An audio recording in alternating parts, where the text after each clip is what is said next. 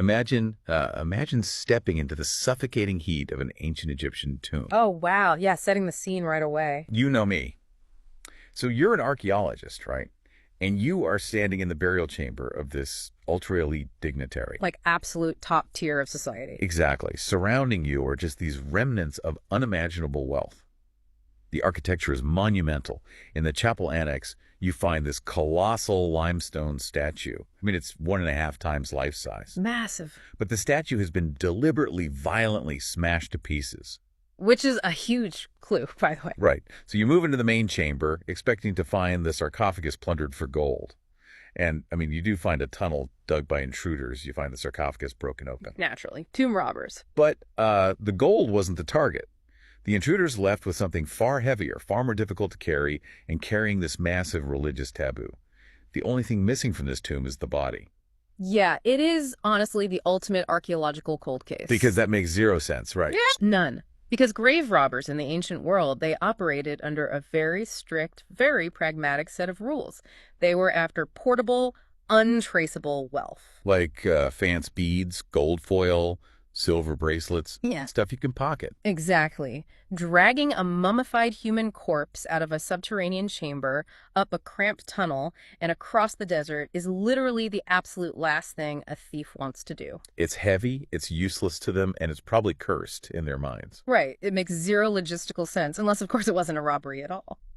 So welcome to the deep dive, everyone. Today we are taking you into a literal gold mine of archaeological data. We're talking the Eastern Nile Delta and the really harsh deserts of the Sinai Peninsula. We are looking at And that narrative, the idea of the empty sand, that's dominated the conversation for decades, hasn't it? Oh, absolutely. It is the primary bedrock argument used to suggest the biblical accounts of the Israelite sojourn in Egypt are just, purely mythological.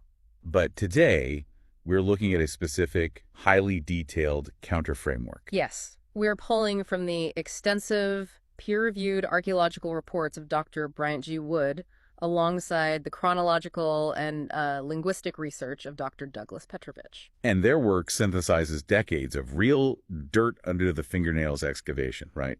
To piece together the historical reality of Jacob, Joseph, and Joseph's sons, Ephraim and Manasseh. Which is just incredible when you see the pieces fit together. But before we get our hands dirty, I do want to draw a very hard line in the sand for you listening. When we talk about biblical archaeology, there is a tendency to picture these sensationalist Indiana Jones-style exploits. Oh, the YouTube rabbit hole. Right. You might have seen the late-night documentaries or videos featuring that Ron Wyatt brand of faux archaeology. Where a lone maverick claims to have found the Ark of the Covenant, or the wheels of Pharaoh's chariots at the bottom of the Red Sea all by himself. Exactly. With zero documentation, zero peer review.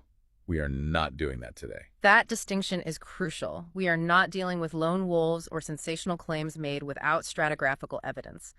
The foundation of this deep dive rests on decades of meticulous, mainstream Austrian archaeology. Specifically, the excavations at Tel El Daba, right, led by Manfred Bietak. Yes, BTAC and the Austrian Archaeological Institute. This is rigorous, heavily documented science. Dr. Wood and Dr. Petrovich are just taking that mainstream Austrian data and applying a rigorous chronological lens to it. So let's establish that lens. Yeah. Our mission today is a chronological journey. But before we can dig up the people, we have to find the right city. And the biblical text throws a massive historical roadblock right in our path on literally page 1. Yeah, Genesis explicitly states that Jacob's family settled in the land of Ramesses, which creates a severe chronological contradiction. A contradiction of centuries. I mean, the city of Pi-Ramesses was constructed by the famous Pharaoh Ramses II and Ramesses the Great. He built this massive, sprawling capital in the 13th century BC, the 1200s. But if we run the math, using the internal timeline provided by the Hebrew Bible itself, specifically looking at 1 Kings 6:1 and Exodus 12:40, the Israelites arrived in Egypt way back in 1876 BC. Right, and the Exodus took place in 1446 BC. Which means the Israelites arrived centuries before Ramses II was even born, and they left centuries before he laid a single brick of that city. Exactly. How could they settle in a city that wouldn't exist for another 400 years? It's a glaring anachronism, and it's precisely why many scholars argue for a late Exodus in the 13th century BC, adjusting the timeline to fit the city. But Petrovich and Wood, they stick to the early 1446 BC timeline. And to make that work, they rely on a concept called a textual update. And I'll admit, when I first encountered this term, my internal alarm bells went off. A textual update sounds like a polite way of saying a later editor went in and just altered the sacred text. I get that hesitation. I struggle with that. Does this concept threaten the historical integrity of the manuscript? It actually demonstrates the opposite. It shows a profound, engaged care for the reader. We have to look at the mechanics of scribal transmission over a 1,000-year period. The Hebrew Bible wasn't written and published on a single Tuesday. Right, it wasn't a modern publishing house. No, it was carefully copied and preserved across generations. Imagine a scribe living during the Israelite monarchy, say the 8th century BC. He is copying the ancient text for his contemporaries. Okay, I'm with you. The original city where his ancestors lived in Egypt has been completely abandoned, swallowed by the desert, and replaced by a massive world-famous metropolis right next door called Pyramses. Oh, so if he leaves the ancient dead name in the text, his readers have zero geographical context. Precisely the issue. So the scribe updates the geographical marker. He uses the contemporary name of the region so his readers can point to a map and say, that is where our ancestors were. Okay, let's put a modern analogy on that mechanism. It's like reading a history book, originally written in 1920. This is the Russian Revolution took place in Petrograd. Good example. But a publisher in 1960 updates the textbook to say the revolution happened in Leningrad so the students actually know where it is on their Cold War maps. Yes. And today, a textbook might update it back to St. Petersburg. It's the exact same geographic coordinates, just a different label slapped on it to ensure the current generation understands the geography. That is the exact mechanism, and we have hard archaeological evidence that the ancient Egyptians viewed this specific geography in the exact same way. Really? So the Egyptians did it too? Yes. The original older city, located in the eastern Nile Delta, was called Avaris. This is where the chronology places the Israelites in 1876 BC. Over centuries, Avaris fell into ruin. Okay. Then, Ramses II comes along and builds Pyramses just to the northeast. The new city expands outward until its southern suburbs completely engulf the old, abandoned ruins of Avaris. They physically merged into one giant metropolitan zone. And we know the locals conflated the two sites because of this fascinating artifact. It's an inscription on a shrine door from the 20th dynasty, currently housed in the Pushkin Museum in Russia. Okay, what does it say? It belongs to an Egyptian Wab priest of the god Amun. We know from the administrative records that this priest physically lived and operated in the newer active Pyramses sector. Right. But in his own official inscription, he refers to his location as the harbor of Avaris. Even though the functional harbor of ancient Avaris had been silted up and abandoned for generations. Exactly. The ancient priest himself is blending the old name with the new reality. So if an Egyptian priest living in the city is using the names interchangeably, it makes total sense that a Hebrew scribe hundreds of miles away would do the exact same thing to help his readers. It completely resolves the geographic puzzle. Avaris and Ramesses are the same dot on the map. The chronological contradiction just evaporates. Which means we now know exactly where to dig. We take our shovels to the ruins of Avaris, modern-day Tel el-Daba. But knowing where to dig is only half the battle. We have to know when we are digging. We need the specific dirt layer that matches the year 1876 BC. How do archaeologists actually lock in a date like that without just guessing? This is where we get into the mechanics of stratigraphy. Archaeologists read the earth using strata, which are the sequential layers of occupation built up over centuries. So the layers of dirt. Basically, yeah. In the ancient world, when a settlement was destroyed by flood, fire, or warfare, or simply abandoned, the next generation didn't bring in bulldozers to clear the site. They didn't have bulldozers. True. They just leveled the rubble and built the new city directly on top of the old one. So it's less like reading a book from front to back. Yeah. And more like digging a core sample through a city's landfill. I like that analogy. If I dig down 3 feet and find a thick layer of fidget spinners and discarded iPhones, I know I've hit the year 2017. If I keep digging deeper, past the flip phones, and suddenly hit a solid layer of Blockbuster video cards and Tamagotchis, I know I've securely hit the late 1990s. The trash, the pottery, the building materials, they lock in the timeline layer by layer. A fantastic way to visualize it. The Austrian team spent decades meticulously peeling back these layers at Tel el-Daba. And when they reached the layer designated as stratum D2, the pottery, the architectural styles, and the carbon dating perfectly align with the mid-19th century BC. Right around 1876 BC. Right. And what they found in stratum D2 completely shattered the expectations for a purely Egyptian city. They uncovered the earliest evidence of an Asiatic settlement. Okay, we need to pause and define that term, because to a modern listener, Asiatic sounds like we're talking about migrants from East Asia, China or Japan. Right. But that's not what the Egyptians meant. Not at all. Asiatic, or the ancient Egyptian term retinue, was the broad bureaucratic classification used for any foreigner originating from the Levant. Which covers what exactly? The Levant covers modern-day Canaan, Syria, Lebanon, Israel, essentially the Middle East. If you cross the Sinai border from Canaan into Egypt, the border guards stamped your metaphorical passport as Asiatic. So Jacob, bringing his family down from the famine-struck hills of Canaan, would be universally classified by the Egyptian state as an Asiatic. Yes, unequivocally. So brush away the sand for us. What does this stratum D2 Asiatic settlement actually look like? Are we talking about grand Egyptian monuments? The exact opposite. It was a rural, unfortified settlement.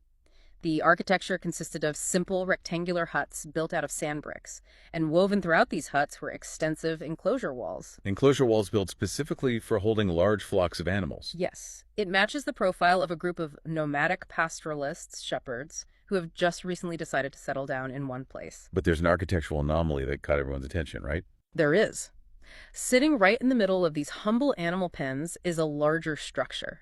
It's a small villa measuring about 10 by 12 meters, set within its own courtyard. And the floor plan of this villa is highly specific. Yeah, so? It features 6 rooms laid out in a distinct horseshoe shape around an open central space. Okay, I'm struggling with the jump here, though. You find a bigger house in the middle of smaller huts. That proves there was a hierarchy, maybe a tribal leader. But leaping from a floor plan to a biblical patriarch feels like a massive stretch of the imagination. Why is this horseshoe shape so important? Because of what that horseshoe shape evolves into.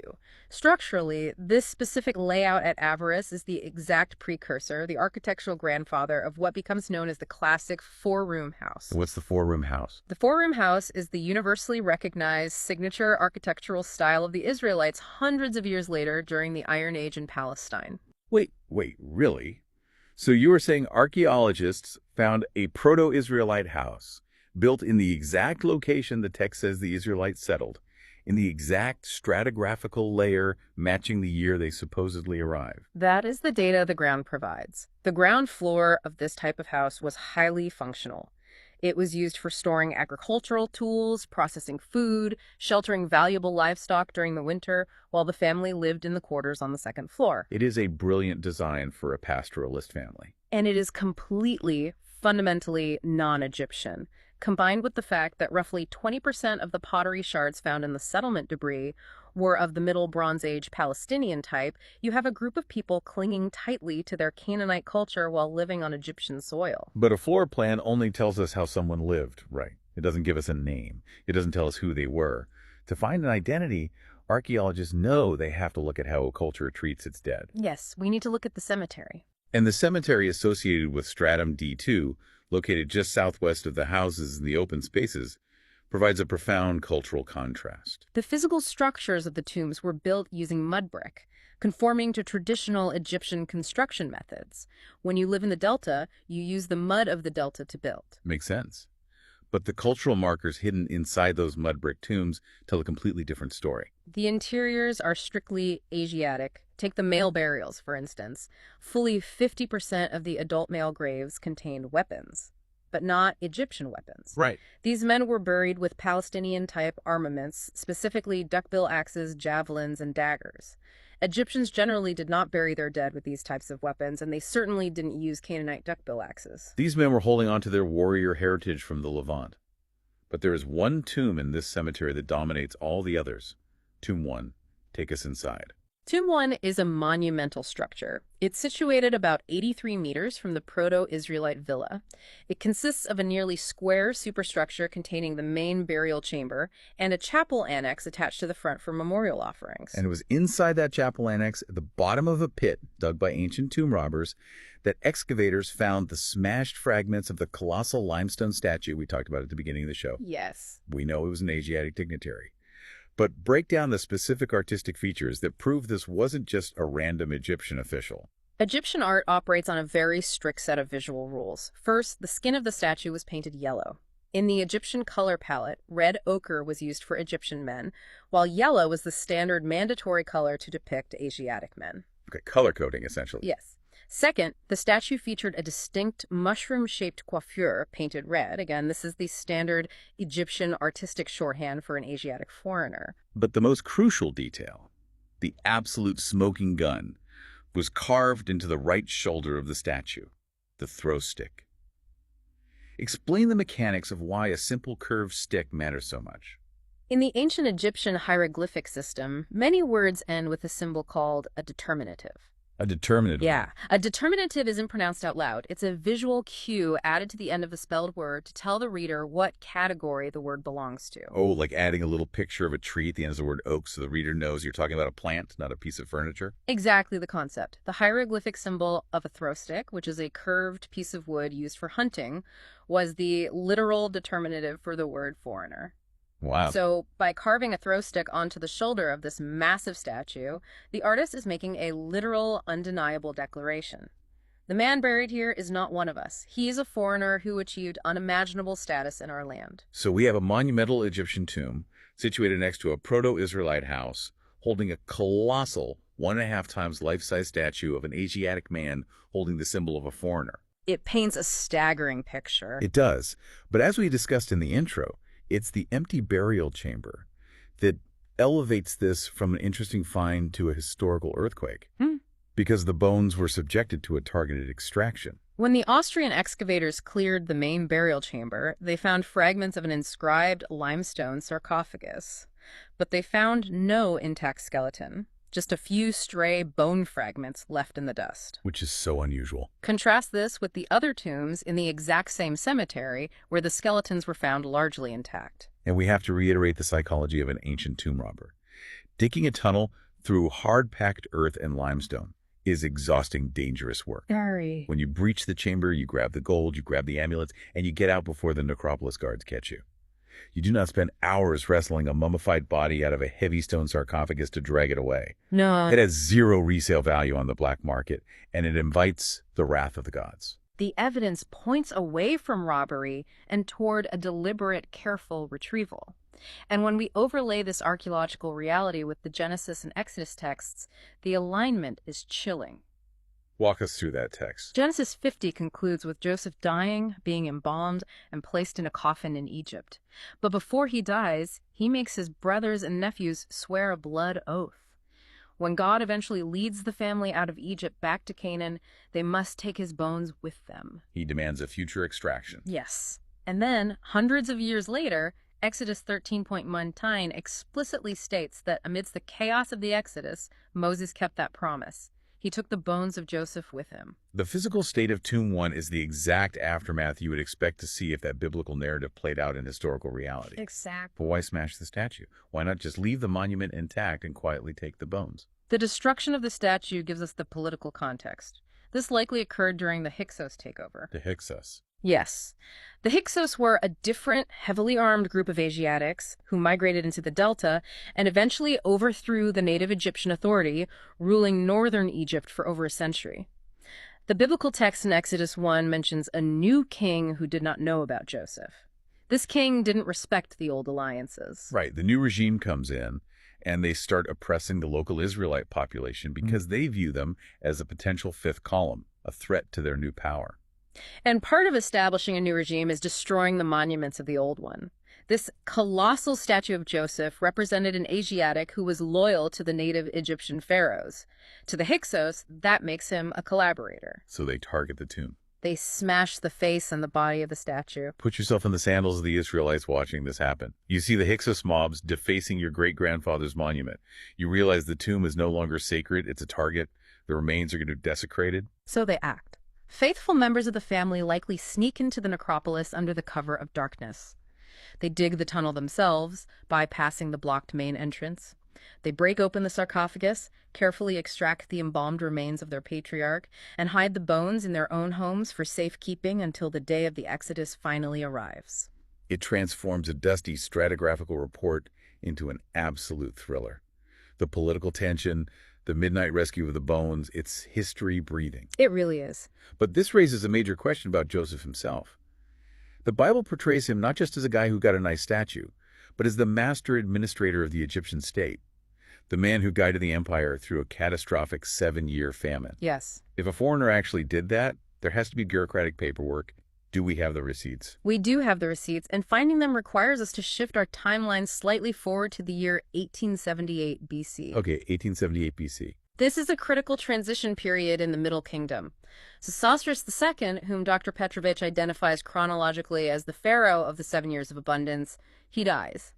The throne passes to his son, Sesostris III. The famine pharaoh. Yes, and during excavations slightly north of the Asiatic settlement at Avaris, in a temple precinct, archaeologists uncovered an inscribed stone slab known as the Esbit Rushdi Stela. This state document is dated with absolute precision to year 5 of the reign of Sesostris III. Year 5, meaning we are 5 years deep into a 7-year famine. The initial surplus grain has likely run out, the population is starving, things are getting desperate. What does this stela actually record? It records an emergency infrastructure project. It documents the massive effort to dig a 26-cubit dike, which is roughly 13.6 meters long, to channel water from the Pelusiac branch of the Nile directly to the temple complex. Let's unpack the mechanics of a Nile famine. When we hear famine, we usually think of a lack of rain falling from the sky. But Egypt doesn't rely on rain, it relies on the annual flooding of the Nile. The inundation.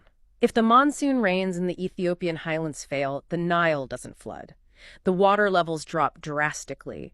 The irrigation canals dry up, the crops wither, and the nation starves. Right. Digging a new dike meant the water levels had dropped so dangerously low that the priests couldn't even access water for basic survival and religious rituals. They had to frantically engineer a new channel just to reach the receding river. Now, in ancient Egypt, a massive state project like this required immense bureaucratic oversight. Who signed off on this, Stella? Official legal and administrative documents required the seals of the managing authorities. This stela is co-sealed by 2 men. One is an Egyptian sem-priest acting as a representative of the temple. The other signature belongs to a high-ranking Asiatic official. An Asiatic managing a water crisis in year 5 of a massive famine. The parallels are stunning. What are the specific titles this Asiatic holds in the Egyptian government? He carries the titles controller of the city and head of the household. But the real revelation lies in how the scribe wrote his title. The hieroglyphic inscription utilizes an extremely rare determinative sign, informally known among Egyptologists as the touchdown hieroglyph. The touchdown hieroglyph. Why the football analogy? Because the symbol depicts a man standing with both arms raised high in the air, like a referee signaling a touchdown. Oh, literally. Yeah. In the mechanics of hieroglyphics, this symbol conveys one of 2 things, either something physically towering or someone of impossibly high, exalted rank. It is reserved for the absolute zenith of the chain of command. Using it here implies this Asiatic wasn't just a local mayor, he was essentially second in command of the entire Egyptian nation. The answer is only to Pharaoh. Okay, so we have a second in command Asiatic managing the famine. What is his actual name on the stela? Does it say Joseph?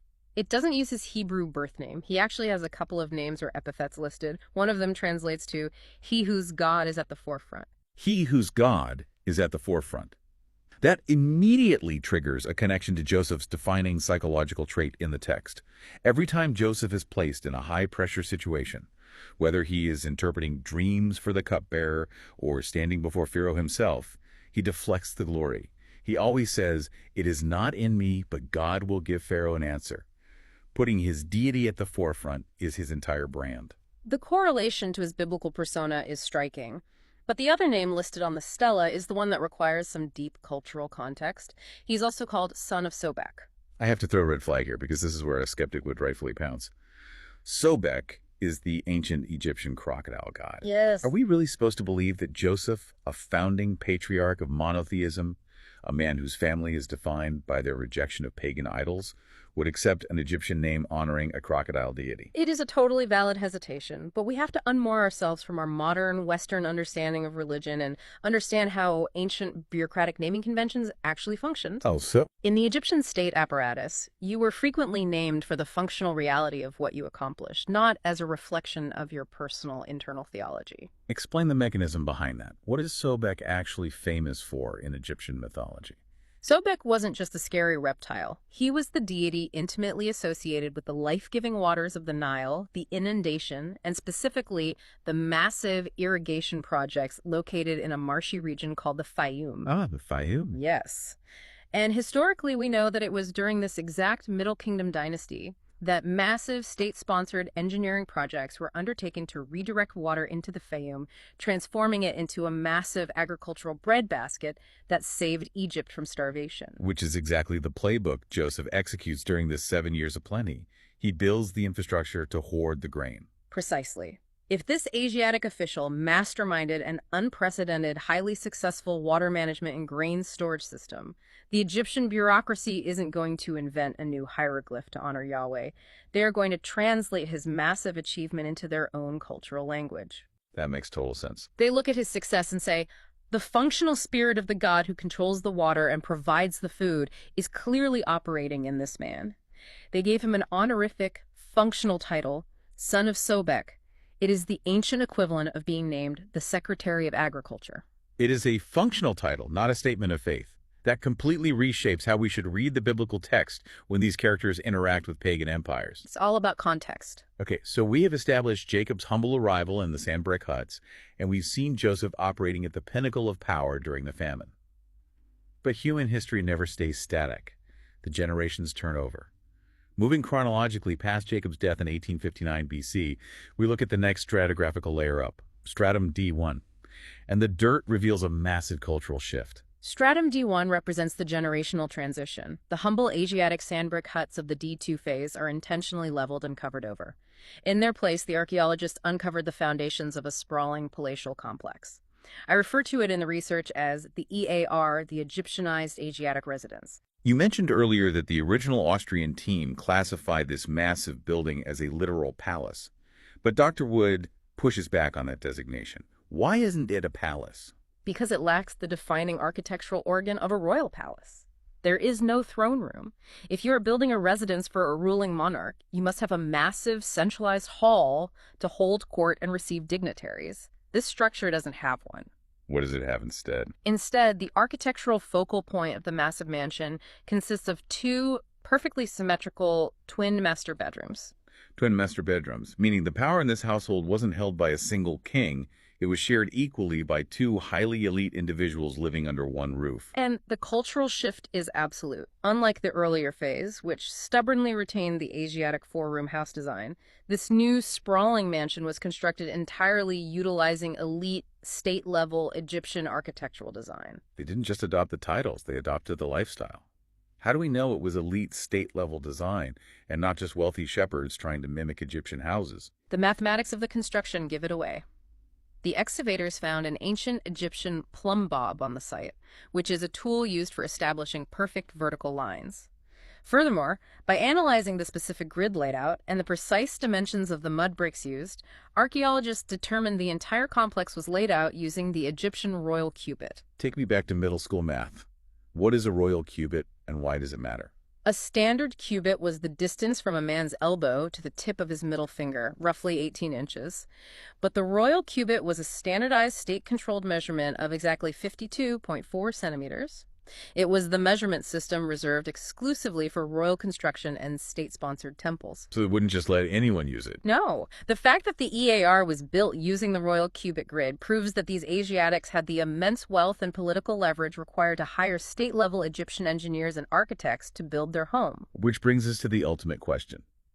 Who were the two highly Egyptianized Asiatics living in symmetrical master bedrooms, wielding enough state power to hire royal architects? For the answer, we look at a very bizarre, highly charged legal transaction recorded in Genesis 48. The year is roughly 1859 BC. Jacob is on his deathbed. Joseph brings his two oldest sons, Ephraim and Manasseh, into the room to receive a blessing. Standard patriarch procedure. Right. But Jacob doesn't just bless them, he legally adopts them. He looks at Joseph and says, "Your two sons are mine. Ephraim and Manasseh will be mine, just as Reuben and Simeon are mine." He literally steals his own grandsons from the second in command of Egypt. On the surface, that seems incredibly aggressive, almost insulting to Joseph. Why would Jacob do that? To understand the why, you have to look at the severe political vulnerability of the family. Jacob realizes he is about to die. Look at his other sons, Reuben, Simeon, Judah. They are culturally Canaanite pastoralists. They are outsiders. They do not understand the complex Egyptian legal bureaucracy. They likely don't speak the elite dialects, and they don't know how to navigate the royal court. They are completely exposed without Joseph's protection. Exactly, but Ephraim and Manasseh are entirely different. They were born and raised as Egyptian royalty. Their mother, Asenath, was the daughter of the powerful Egyptian priest of On. These two young men are culturally bilingual. They possess ultimate insider knowledge. Ah, so they're the key. Yes. Jacob, acting with shrewd political calculation, realizes his family desperately needs Egyptianized insiders to protect the tribe and lead them in this foreign land, so he legally elevates his grandsons to the exact same status as his own sons, making them the founding heads of their own tribes. It is a masterclass in survival strategy. He is securing the family's political future by drafting the two most qualified guys into the leadership structure. Put yourself in Ephraim or Manasseh's sandals for a moment. You've grown up in the epicenter of global power. You wear fine Egyptian linen. You understand the nuances of the royal court. Your mother is Egyptian aristocracy. And suddenly your dying grandfather tells you that your destiny isn't to be an Egyptian prince. Your destiny is to govern and protect a massive tribe of foreign-born shepherds who live outside the city. The identity crisis must have been staggering. It was an unimaginable balancing act. They were the human bridge between two conflicting worlds. The staggering wealth and power of the empire on one side, and the rugged, nomadic heritage of their faith on the other. And the archaeology captures this exact tension in how they chose to be buried. The cemetery right outside the EAR. If Ephraim and Manasseh lived in this mansion, their burial should reflect an astronomical level of wealth. Walk us through Grave 3. Grave 3, technically designated as Tomb FIM18G War 3, is the tomb of the primary occupant of the twin-bedroom mansion. And the grave goods found inside are breathtaking. We are talking about luxury imported faience beads, delicate gold foil, a solid gold ring, a heavy silver bracelet, an expensive alabaster jar, and a narrow-bladed axe forged from high-quality bronze. The man was dripping in wealth, but the most significant artifact wasn't the gold. It was a small seal found right next to the bones. The excavators recovered an amethyst scarab seal, originally attached to the golden ring. In the Middle Kingdom economy, amethyst was not a stone you could barter for at the local market. It was a highly restricted, semi-precious commodity controlled fiercely by the crown. Possessing an amethyst scarab meant you operated at the highest echelons of the state. And this scarab was inscribed. What did it say? The hieroglyphics read, "Ruler of Retinue, Desobakhamhat." Let's break that title down. Ruler of Retinue means ruler of the Asiatics. So this man is the official mayor, the designated leader of the entire Asiatic population residing in Avaris. And his name, Desobakhamhat, how does that translate? The grammatical structure of Desobakhamhat translates perfectly to "he who was appointed by Sobakhamhat," or "the one given authority by Sobakhamhat." Okay, the math here is incredible. In Section 4, we established that Joseph's honorific Egyptian title on the famine stela was son of Sobek or Sobekhamhat, which means the man in Grave 3 is literally named the guy appointed by Joseph. In ancient bureaucracies, the appointer is always greater than the appointee. If Joseph is Sobekhamhat, stepping back from his day-to-day administrative duties as he ages, he hands the local leadership to his adopted son. The man in Grave 3 is Ephraim, acting as the newly appointed ruler of Avaris. The archaeology is essentially handing us the family tree printed on a gemstone. But here's the detail that truly humanizes Ephraim for me. We have this man buried with an amethyst scarab, gold rings, and an Egyptian title.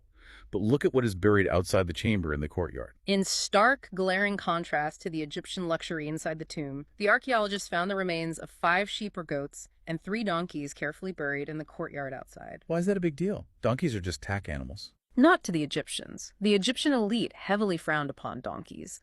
They viewed them as base, lowly creatures. You would never find a native Egyptian official buried with a donkey. But for the Asiatic Israelites, The donkey was the ultimate revered symbol of their nomadic heritage, their mobility, and their foundational wealth.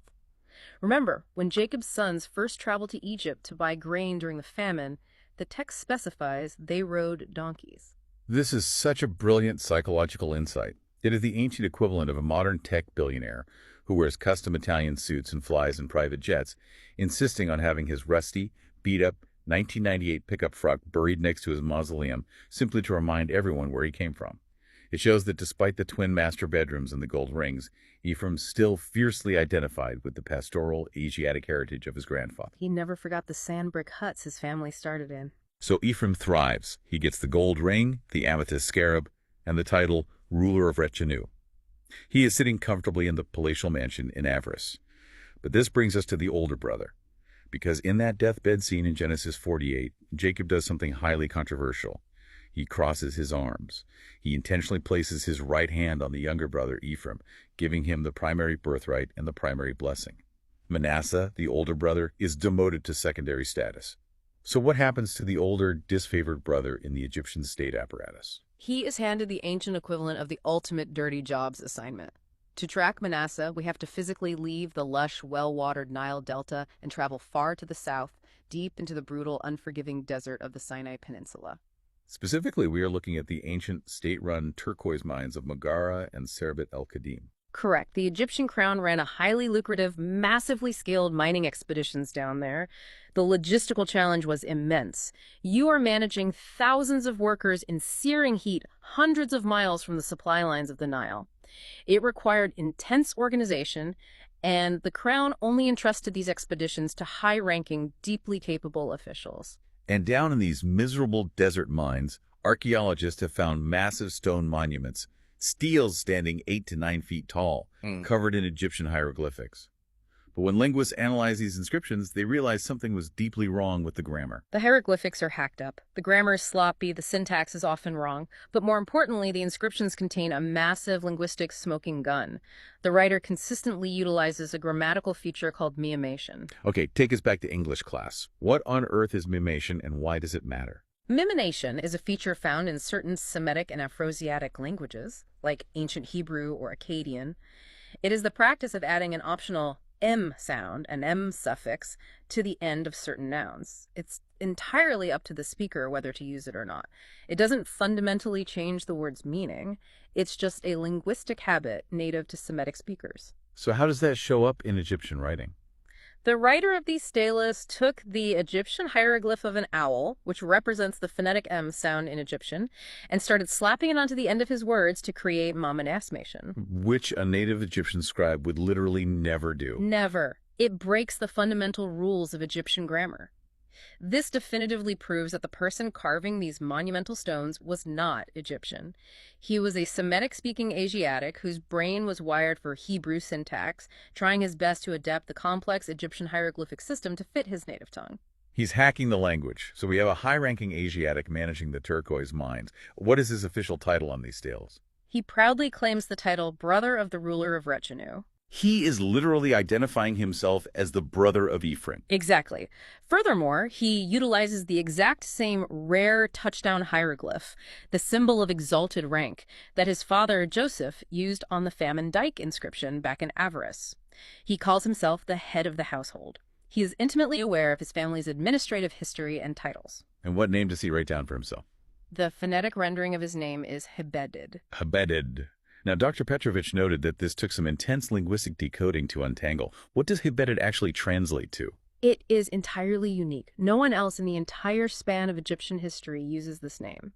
It is structurally a perfect passive participle. Wait, unpack perfect passive participle for the non-linguists in the audience. A participle is a word formed from a verb that is used as an adjective or a noun. Passive means the action was done to the subject, not by them. And perfect means the action was completed in the past and the results are permanent. So when you translate the root of Hebeded, it means he from whom favor was taken away. Or, more simply, the disfavored one.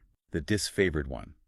You are a high-ranking official commanding thousands of men, and you choose to name yourself after the worst, most humiliating day of your life, the day your grandfather crossed his arms and stripped you of the primary birthright.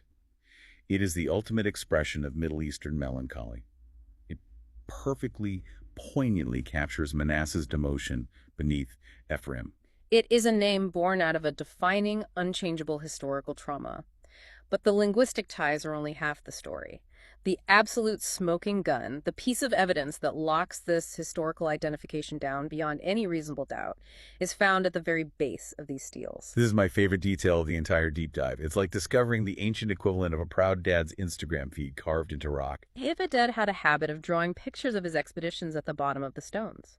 Because he managed the mines over a period of several years, returning annually, he left a sequential visual record.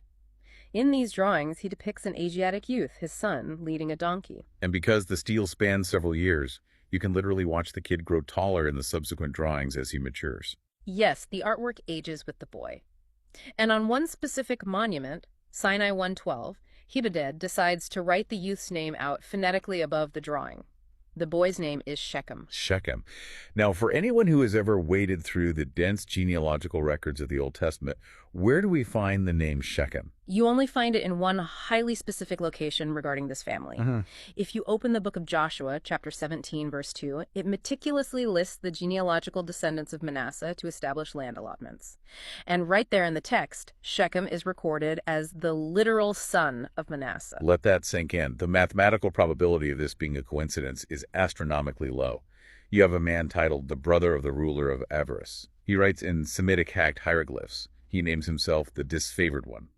And he brings his son, named Shechem, on a donkey to the Sinai mines. We are looking at the historical flesh and blood Manasseh. The data points interlock flawlessly. It is a watertight historical correlation. But it raises a deeper question about the family dynamics. Why is the grandson of the man who saved Egypt sweating out in the miserable desert mines? Was this a punishment from Ephraim? Was it a case of, hey, older brother, you lost the birthright, go suffer in the heat? Or was this a massive flex of the family's economic power? It was unquestionably a flex of immense economic and political power. The turquoise trade wasn't a punishment detail. It was an immensely lucrative engine for the Egyptian crown. To be placed in charge of that expedition meant Pharaoh trusted you with the wealth of the nation. Look at the division of labor. Ephraim, as the primary heir, stays in the lush delta capital of Avaris to manage the domestic political hub and the massive Asiatic population. Manasseh, the highly capable secondary heir, is handed control of the most important external economic operation of the state. They weren't just surviving in Egypt, they were running the empire. Ephraim controls the domestic front. Manasseh controls the foreign trade. It reveals how deeply integrated and unimaginably powerful Jacob's descendants became in the generations immediately following Joseph. It paints a picture of a dynasty operating at the peak of its influence long before the oppression of the Exodus began. This has been a staggering journey. Let's pull the camera back and look at the massive scope of what we've uncovered today. We started with a skeptic's challenge. 430 years of empty sand. And instead of an empty desert, we found a continuous, deeply personal historical narrative. We moved from a humble rural settlement of sandbrick huts and a proto-Israelite four-room house marking Jacob's arrival. We examined a monumental tomb where a colossal statue of an Asiatic with yellow skin and a throw stick was smashed, and the bones were meticulously extracted, aligning perfectly with Moses honoring Joseph's dying wish. We tracked down the bureaucratic receipts of a son of Sobek, a second-in-command Asiatic official desperately building dikes to save the country during a catastrophic 7-year Nile famine. We traced the generational shift in stratum D1, finding the twin master bedrooms of Ephraim and Manasseh constructed with royal Egyptian cubits, proving their integration into the highest levels of the state. We looked at the immense wealth of Ephraim, buried with the amethyst scarab of a ruler, but fiercely retaining his cultural identity by having his nomadic donkeys buried in the courtyard. And finally, we tracked his older brother, Manasseh, the disfavored one, to the brutal turquoise mines of Sinai, where he used his hacked Semitic hieroglyphs to immortalize his son, Shechem. The apologetic and historical value of this deep dive is, frankly, paradigm shifting. It takes these stories that are so frequently relegated to the realm of simple Sunday school morality tales or mythical allegories, and it violently grounds them in the dirt. It transforms names on a thin, translucent page of a Bible into flesh and blood human beings. People who navigated terrifying famines, commanded massive engineering projects, wore elite striped kilts, sweated in the desert, and navigated intense, generation-defining family trauma. It demands that modern scholarship take the historical claims of the biblical text seriously. When archaeology and the biblical timeline are synchronized correctly, when you account for the scribal mechanics of textual updates like Ramesses and Avaris, and you look in the correct centuries, the evidence isn't missing at all. It is incredibly abundant, it is highly specific, and it is waiting to be understood. It fundamentally changes how you read the text. But as we promised at the beginning of the show, we want to leave you with one final, deeply provocative thought to mull over. A loose end that researchers are just beginning to pull on that pushes the implications of this deep dive even further into the foundation of human history. Think back to Manasseh and those Sinai mines. We discussed how he struggled to write his Semitic language using the clunky, rigid system of Egyptian hieroglyphs. He had to invent grammatical hacks, like using the owl hieroglyph for minimation, just to make the Egyptian system accommodate his Hebrew brain. It was a frustrating, inefficient way to communicate. Extremely inefficient. Now, historians and epigraphers universally agree on one massive fact regarding the history of written language. The very first phonetic alphabet in human history, the Proto-Sinaitic script, which eventually evolved into Hebrew, Phoenician, Greek, and the English alphabet you and I are using right now, was developed in these exact same Sinai turquoise mines by Asiatic workers during this exact same historical era. Wait, pause. Let me make sure I'm connecting these dots correctly. If Manasseh and his highly educated family were the elite Asiatics running those specific mines, and they were actively frustrated by the severe limitations of trying to write their language using Egyptian pictures, does that imply that the phonetic alphabet, the literal letters that were eventually used to write down the Bible itself, was actually invented by Joseph's family during their time in Egypt? It is a tantalizing, world-shifting possibility that researchers like Dr. Petrovich are actively exploring in their linguistic work. The geographical, temporal, and cultural connections are all undeniably there, waiting to be fully unpacked in future research. From the midnight rescue of missing bones to the invention of the alphabet itself. That is the power of digging deeper.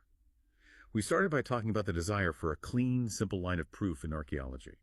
And while the historical landscape of the ancient world will always have its mysteries, when you know exactly which layer of dirt to brush away, the picture that emerges is undeniably vivid.